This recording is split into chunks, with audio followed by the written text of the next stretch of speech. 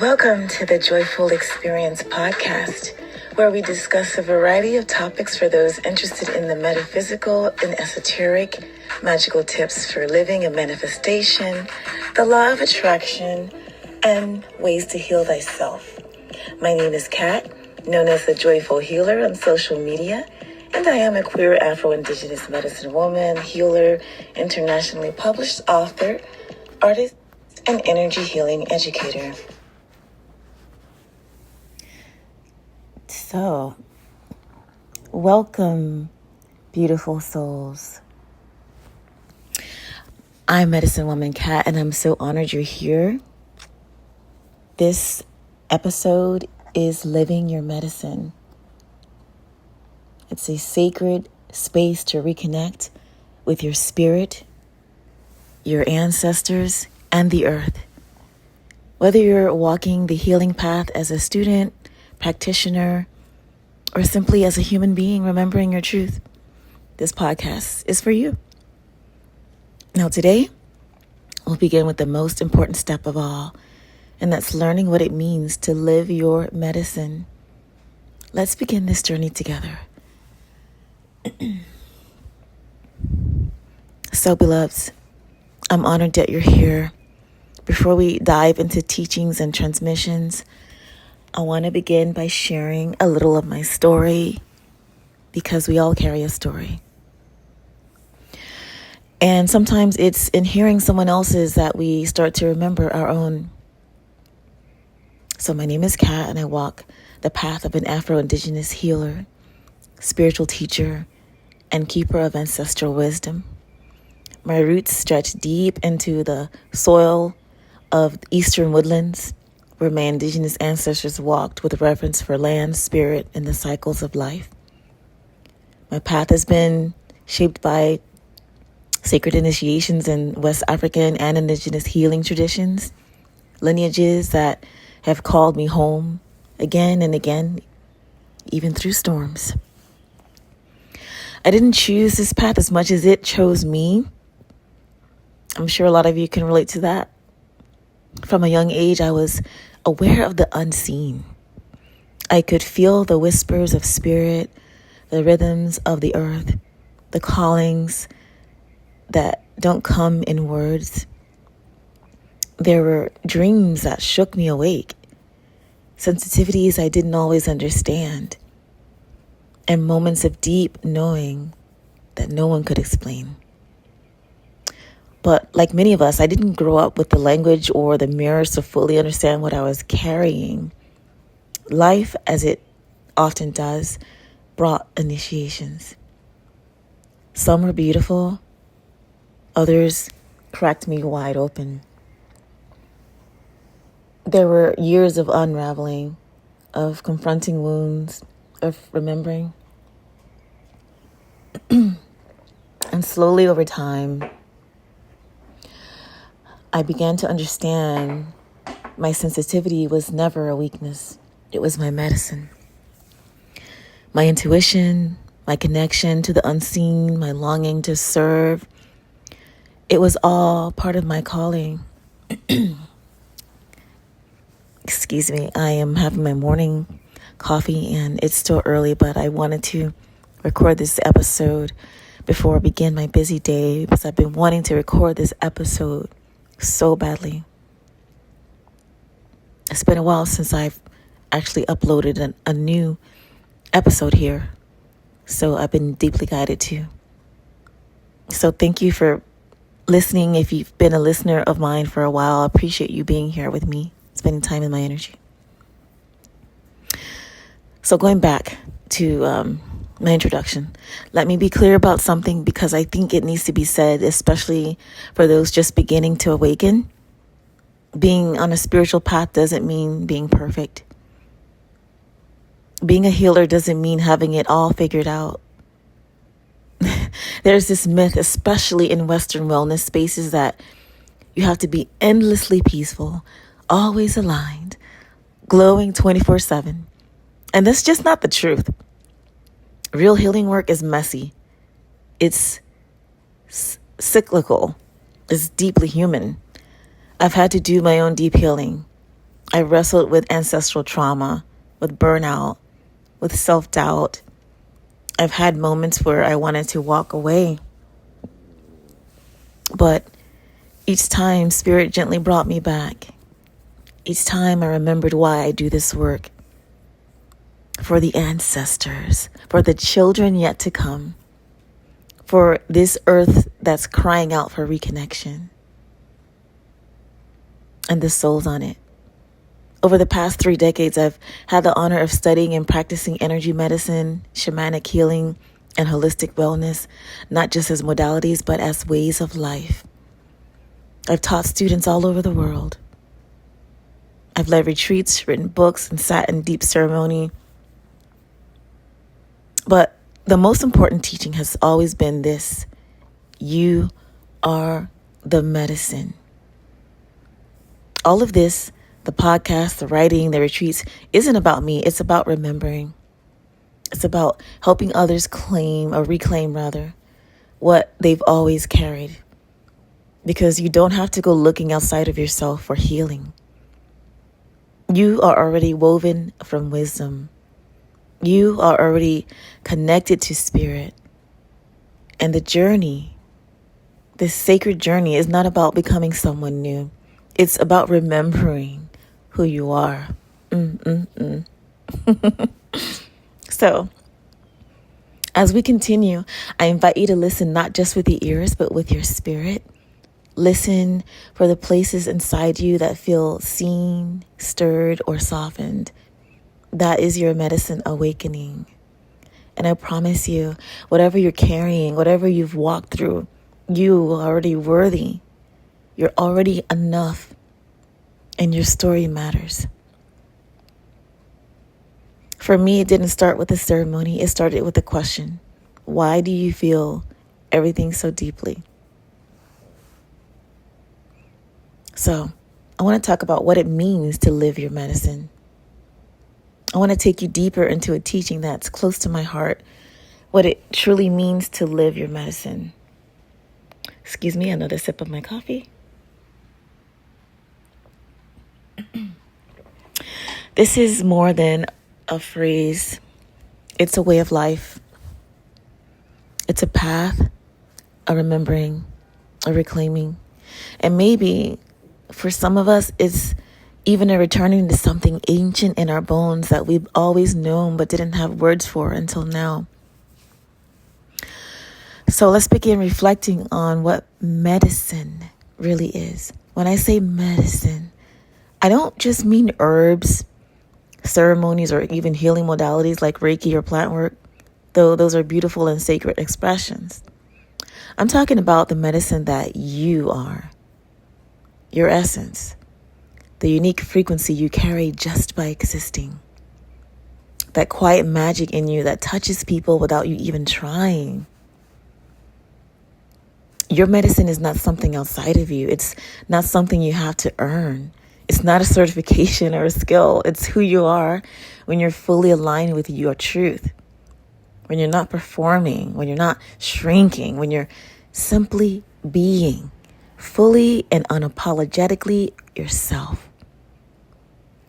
This kind of medicine can look like a warm embrace, a grounded voice in the storm, a fierce truth teller, a tender listener, a poet, a mother, a dancer, a community builder, a wild dreamer, a bridge between worlds. And here's the thing, we all carry medicine, every single one of us. There's a myth that only certain people are healers, quote unquote. That you have to be called or chosen or initiated in some mystical way. And yes, there are sacred initiations in many indigenous and spiritual traditions. Those are real. But even outside of formal ceremony, you're already carrying gifts that are meant to be shared. Gifts that heal. Gifts that uplift. Your presence, your voice, your story. They matter. They change things. So when I say live in your medicine, I mean something powerful. I mean embodying that truth. Not just talking about it, not just reading about it and studying healing tools, but really walking your talk, living your values, honoring your needs, trusting your own inner timing. It's about recognizing that your body, your spirit, and your experiences are sacred. That your lived wisdom, especially the wisdom born through pain and transformation, is part of your medicine bundle. Your medicine bundle. I say that again. Living your medicine means moving through the world in a way that is rooted in self-awareness and reverence. It means asking yourself, am I honoring what I know in my bones to be true? Am I living in alignment with my soul's integrity? Am I offering my gifts from a place of overflow, not depletion? You see, there's a difference between doing healing work and being in a healing consciousness. Let me say that again because it's important. There's a difference between doing healing work and being in healing consciousness. Doing healing work can be beautiful. It's the sessions we hold, the ceremonies we lead, the energy we move. But it can also become performative if we're not careful, especially in a world that loves to commodify everything, even sacred work. Being in healing consciousness, though, that's a way of being. It's how you move through your day, how you speak to other people, how you treat the earth, how you hold yourself in your own moments of unraveling. Healing consciousness is not just what you do when you're on the clock. It's who you are when no one's watching. It's choosing to breathe before reacting. It's remembering the sacred in the mundane. It's letting your boundaries reflect your self-respect. It's crying when you need to, resting when you need to, speaking truth when it's time. It's being present to your own medicine even when you're still healing, my people. Especially when you're still healing. Because here's a truth that might surprise you. You don't need to be fully, quote unquote, healed to live your medicine. You don't have to be perfect or enlightened or free from all wounds before your medicine is worthy. In fact, it's often through the journey, through the learning, the humbling, the falling and rising again, that your medicine becomes deeper, more potent, more honest. Sometimes the most powerful medicine comes from those who've walked through fire and are still walking, still learning, and still becoming. So if you've doubted yourself because you're still on your own healing path, please hear this with your whole heart. Your medicine is not diminished by your healing journey. It's shaped by it. Now, I want to offer you an invitation, a gentle one. Take a moment and ask yourself, what is my medicine? What comes naturally to me? What do people thank me for again and again? What lights me up, nourishes me, moves me to tears? What am I learning right now that could one day help someone else?